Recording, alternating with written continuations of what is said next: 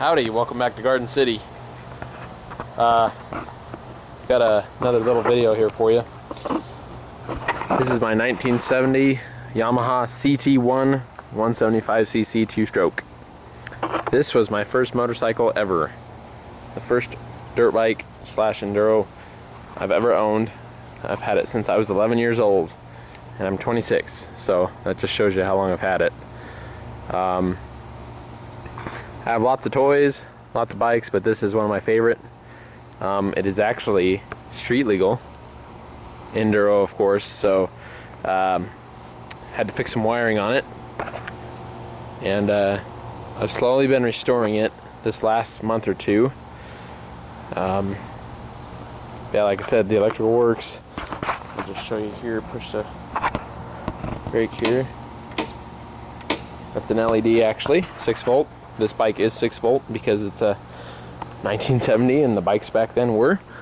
It makes probably a whopping 17 horsepower. Stock they made about 15, and I've done just a few minor things to it. When I got this bike, it was stuck in gear and it had a bearskin seat on it. The tank was green, which you can see some of the original green right here around that bezel. And the fenders were silver, the case was all silver. I've actually painted the fender, and then the case, put some stainless steel Allens in it because the inferior Phillips heads always strip out on these guys. This is an aftermarket pipe. It was set on a shelf basically in a warehouse and left after someone raced with it. It's a Bassani expansion pipe. Still have the original pipe, and this definitely helped it make more power. I've heard from a guy who used to build these forever, you can actually put an MX head on these and make 20 plus horsepower, but I have yet to do that. It's pretty much stock other than the pipe and the well, that and spark plug. Carburetor's the original one. I do have an MGO air filter on here. But yeah, I actually currently ride this thing to work, and it'll go about 65, almost 70 miles an hour wide open as long as you're hugging the tank. Yeah, the paint's a little bit gacked. I didn't use chemical resistant paint the last time I tried to restore this sucker, so the paint has been eaten off by the gasoline. And yeah, but the inside of the tank's pretty good. There's not really much rust in there at all, barely even any on the cap. And everything works up here, but I do need a new speedo hub because it's failed, and then I've got a little bit of chrome issues on this stanchion right here. You can actually see that little spot where the chrome came off, and people want ridiculous prices to re-chrome these, so I haven't done it yet. But yeah, that's where the speedo cable hooks into, and the hub in there is messed up, so I gotta fix that. And yeah, the bike's really dirty right now. I need to give it a bath. And there's a 37 tooth driven sprocket on there.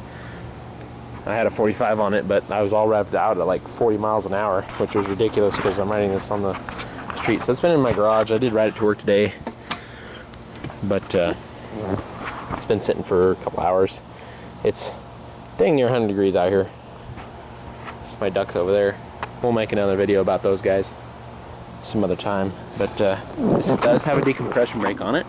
It's the disc type, so when you use it on a trail, you don't need to worry about dirt getting in your engine, because as the piston comes up, it pushes all the compression out past the disc valve, and then the disc settles back down when it goes to intake and it seals it.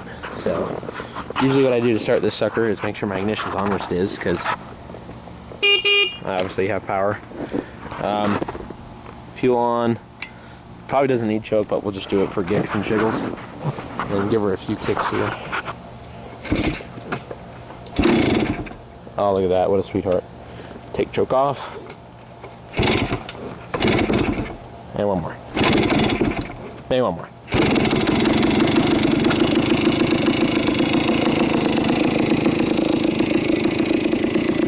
There you go.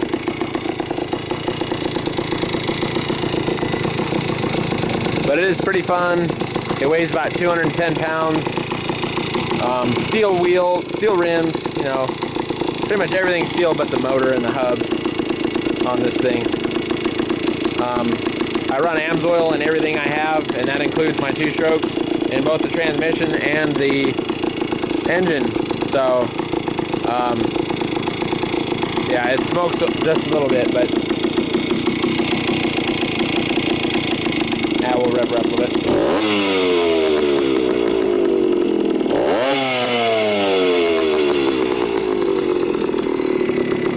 But yeah, I'll hit the jake brake before you see here.